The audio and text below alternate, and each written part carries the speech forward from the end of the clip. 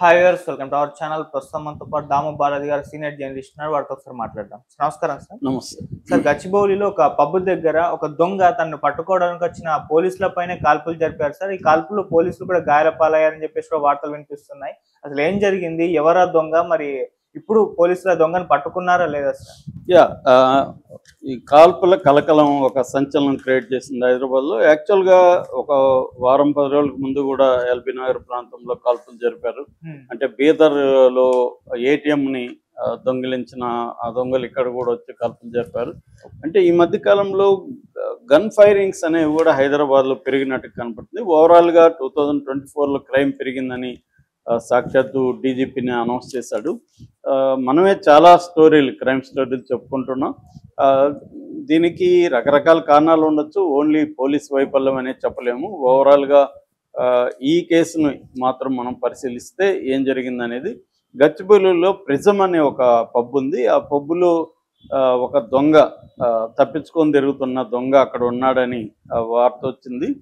దాంతో Madhapur crime station వాళ్ళు, central crime police station వాళ్ళు, వాళ్ళ నుంచి కొంతమంది కానిస్టేబుళ్ళు హోటల్కి వెళ్ళారు, ఆ పబ్కి వెళ్ళారు. పబ్కి వెళ్ళి అతను పట్టుకోవడానికి ట్రై చేస్తుంటే అతను 2 రౌండ్ల కాల్పులు, గన్తో 2 రౌండ్ల కాల్పులు చేశాడు.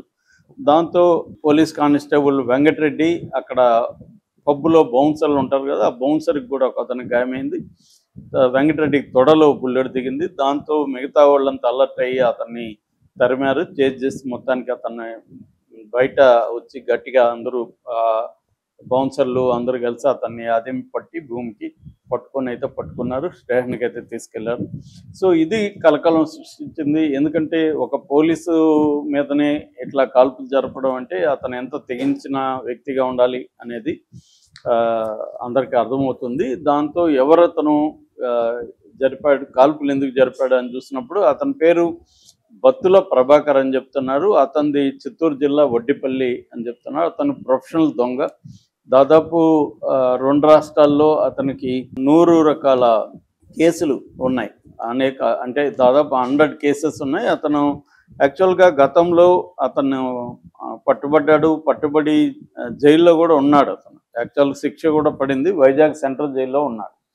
అయితే వైజాగ్ సెంట్రల్ జైలు నుంచి అనకాపల్లిలో కేసు ఉంటే అనకాపల్లి కోర్టుకు తీసుకొచ్చారు. అనకాపల్లి కోర్టు నుంచి మళ్ళీ వైజాగ్ సెంట్రల్ జైలుకి తరలించే క్రమంలో పోలీసుల కన్నుగప్పి అతను పారిపోయాడు.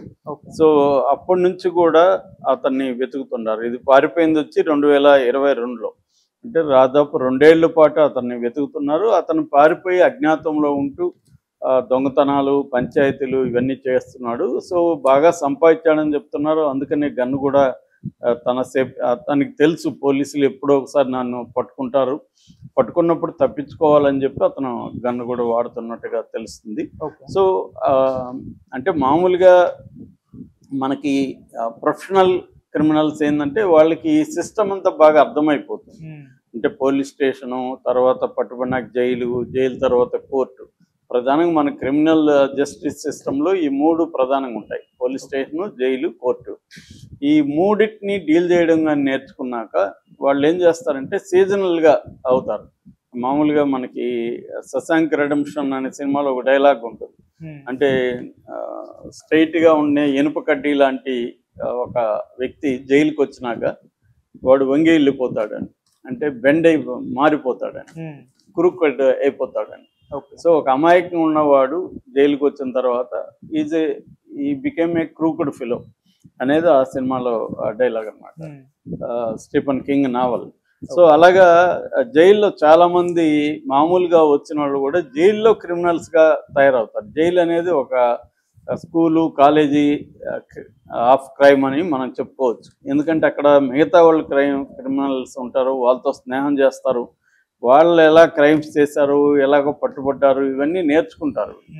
సో అది రోజు ఏం పని ఉండదు కదా వాళ్ళకి. ఎక్కువ రిమాండ్ ప్రిజనర్స్ని పని చేయించాలనేది రూల్ లేదు. ఓన్లీ కన్విక్టెడ్ ప్రిజనర్స్ మాత్రమే జాబ్, ఏదైనా ఒక పని ఉంటుంది. పని అప్పుడు కూడా మాట్లాడుకోవచ్చు. మిగతా అంతా ఒకే దగ్గర ఉంటారు కాబట్టి ఒకరి స్టోరీలో ఒకరు చేసుకోవడం, ఒకరి మధ్య ఒకరికి సంబంధాలు ఏర్పడడం, దాని తర్వాత వాళ్ళు బయటకు వచ్చినప్పుడు కూడా లింక్స్ ఏర్పడడం, ఇలాగా వీళ్ళు మరింత క్రిమినల్స్ ఉంటారు. సో మామూలు క్రైమ్ చేసినోడు కూడా నెక్స్ట్ లెవెల్కి వెళ్ళేదానికి అదొక వాడికి ఒక ట్రైనింగ్ కాలేజ్ లాగా ఉపయోగపడుతుంది జైలు.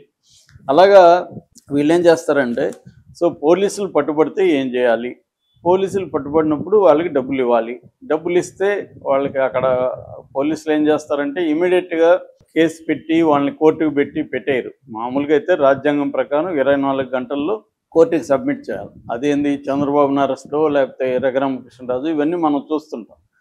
పెట్టలేదు, 24 గంటలు దాటిపోయింది, అది ఇదని చెప్తుంటారు. సో కానీ మామూలు ఖైదీల విషయంలో జనరల్గా పోలీసులు అది ఫాలో కాదు. ఎందుకంటే వాళ్ళకి ఇన్ఫర్మేషన్ కలెక్ట్ చేయడం, దాని నుంచి వాడు ఒకవేళ దొంగతనం చేస్తుంటే రికవరీ తీసుకోవడం, ఇవన్నీ చేసి ఒక్కోసారి ఏంటంటే ప్రెజర్ కూడా ఉంటుంది, రాజకీయ నాయకుల ప్రెజర్ కూడా. జేబీఎంలో కూడా మనం చూసాం, పోలీసులు ఎందుకు తీవ్రంగా కొడతారంటే వాళ్ళ మీద రాజకీయ నాయకుల ప్రెజర్ ఉంటుంది.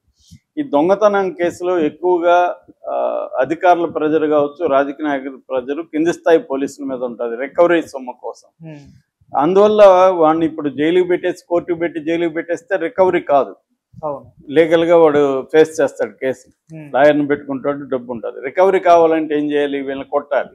కొట్టితే వాడు ఎక్కడ అమ్మాను ఏంది చెప్తాడు. ఆ దొంగిలించిన బంగారు కావచ్చు, డబ్బు కావచ్చు, ఎక్కడ అమ్మారు ఎవరు చెప్తారు. చెప్పినప్పుడు వీళ్ళు వెళ్ళి ఎక్కడ అమ్మారో వాళ్ళని పట్టుకొని, కొన్న వాళ్ళని పట్టుకొని అది రికవరీ చేసుకొస్తారు. ఇది మెయిన్ లక్ష్యం అన్నమాట. సో వాడికి పనిష్మెంట్ ఇప్పించాలా అనేది సెకండరీ, ముందు రికవరీ, సొమ్ము రికవరీ అనేది మెయిన్ లక్ష్యంగా దొంగతనాల్లో ఉంటుంది. అందుకని ఇది తెలిసిన వాళ్ళు ఏం చేస్తారంటే వీళ్ళకి కొంత డబ్బులు ఇచ్చి ఇవన్నీ కూడా ముందే ప్లాన్ చేసుకుంటాడు. అంటే ఒకవేళ పట్టుబడితే మనం ఏది చెప్పాలి, ఏది చెప్పకూడదు. సో కొన్ని చెప్పరు, కొన్ని చెప్తారు. ఎందుకంటే అన్నీ చెప్పకపోతే కొడతారు, కొన్ని చెప్తే ఇంతే అనుకొని ఇంకా ఆపేస్తారు. అట్లాగే వీళ్ళకి పోలీసులకి డబ్బులు ఇస్తే నన్ను కొట్టకండి సార్, నేను చెప్తాను మీకు అనేది ముందే కొంత ఇచ్చేసి చేసుకుంటే అది కూడా సరిపోతుంది. సో ఇది నేర్చుకున్నాక పోలీస్ స్టేషన్లు ఎలా పోలీస్ స్టేషన్లో 10 రోజులు ఉన్నారనుకో, ఆ స్టేషన్కి అందరికీ బిర్యానీలు తెప్పిస్తారు, వీడు బిర్యానీ తింటాడు.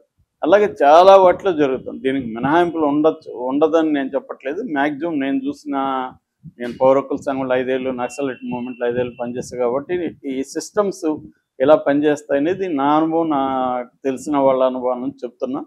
సో దాని నుంచి ఏంటంటే ఇది ఎందుకంటే నా సెల్లుకి చాలా మంది వచ్చేవాళ్ళు, ఒక్కొక్కడు నేను నెల ఉన్నాను సార్ స్టేషన్లో, 20 రోజులు ఉన్నాను సార్ అని చెప్తూ ఉంటారు అన్నమాట. వాళ్ళ స్టోరీలంతా పోలీస్ స్టేషన్లో ఏమేమి జరిగింది వీళ్ళంతా మనకి కథలుగా చెప్తుంటారు, సో జైల్లో ఉన్నప్పుడు. సో అలాగా అయినాక వీళ్ళు ఏం చేస్తారు, నెక్స్ట్ ఏంటి, కోర్టు, పోలీస్ స్టేషన్ నుంచి కోర్టులో వీళ్ళు ఏం చేయాలి, మంచి లాయర్లను పెట్టుకోవాలి. క్రిమినల్ లాయర్స్ చాలామంది క్రిమినల్స్ కంటే ఘోరంగా ఉంటారు. ఎందుకంటే వాళ్ళకి మ్యానిపులేషను ఇవన్నీ చాలా చక్కగా వచ్చుంటాయి. సో వాళ్ళు ఏం చేస్తారు, కోర్టులో మ్యానిపులేషన్ చేయడం, అక్కడ స్టెనోల దగ్గర నుంచి, క్లర్కుల దగ్గర నుంచి డబ్బులు ఇచ్చి మ్యానిపులేట్ చేయడం. జడ్జెస్ చేయడం అంత ఈజీ కాదు, బట్ ఇవన్నీ చేస్తారు. దాని నుంచి కోర్టులో ఇప్పుడు వీళ్ళ ఫైల్, ఇప్పుడు ఒక రోజు ఫైల్స్ 50 ఉన్నాయి, 100 ఉన్నాయి అనుకో, వీళ్ళ ఫైల్ ముందు పెట్టాలంటే క్లర్క్కి డబ్బులు ఇస్తే నీ ఫైల్ ముందు పెడతాడు, త్వరగా నువ్వు కోర్టు నుంచి బయటికి రావచ్చు. లేదంటే 11 గంటల నుంచి సాయంత్రం 5-6 వరకు ఎప్పుడు పిలుస్తారో తెలియకుండా వెయిట్ చేయాల్సి ఉంటుంది. ఇవన్నీ డబ్బులతో పనులు అవుతాయి కోర్టులో కూడా. దాని తర్వాత జైలు. ఇంక జైల్లో అయితే ప్రతిదానికి రేటు ఉంది. నీకు మంచి ఇడ్లీ తినాలంటే ఒక రేటు, మంచి దోశ తినాలంటే ఒక రేటు, మంచి బ్యారక్లు ఉండాలంటే ఒక రేటు, అలాగే ప్రతిదానికి రేట్లు ఉంటాయన్నమాట. సో రీసెంట్గానే బ్లాక్ వారెంట్ అనే సినిమా వచ్చింది. ఢిల్లీ తిహార్ జైల్లో జైలర్గా పనిచేసిన సునీల్ గుప్తా రాసిన పుస్తకాన్ని బేస్ చేసుకొని 7 ఎపిసోడ్లు వచ్చింది. ప్రతి ఒక్కరు చూడాలి జైళ్ళల్లో ఎలా ఉంటుంది అనేది. ఆ వెబ్ సిరీస్ చాలా పకడ్బందీగా తీసారు, నెట్ఫ్లిక్స్లో ఉందన్నమాట. ఓకే, చాలా పేరు కూడా వచ్చింది దానికి. సో అలాగా ఏమవుతుందంటే జైల్లో డబ్బులు ఇస్తే అన్ని పనులు అవుతాయి. సో ఇవన్నీ మేనేజ్ చేసుకున్నాక వీళ్ళు బెయిల్ కూడా త్వరగానే వచ్చేస్తుంది. ఆ బెయిల్ వచ్చిన రోజు జైల్లో మంచి ఫుడ్, రెస్ట్ ఇవన్నీ తీసుకుంటుంటారు.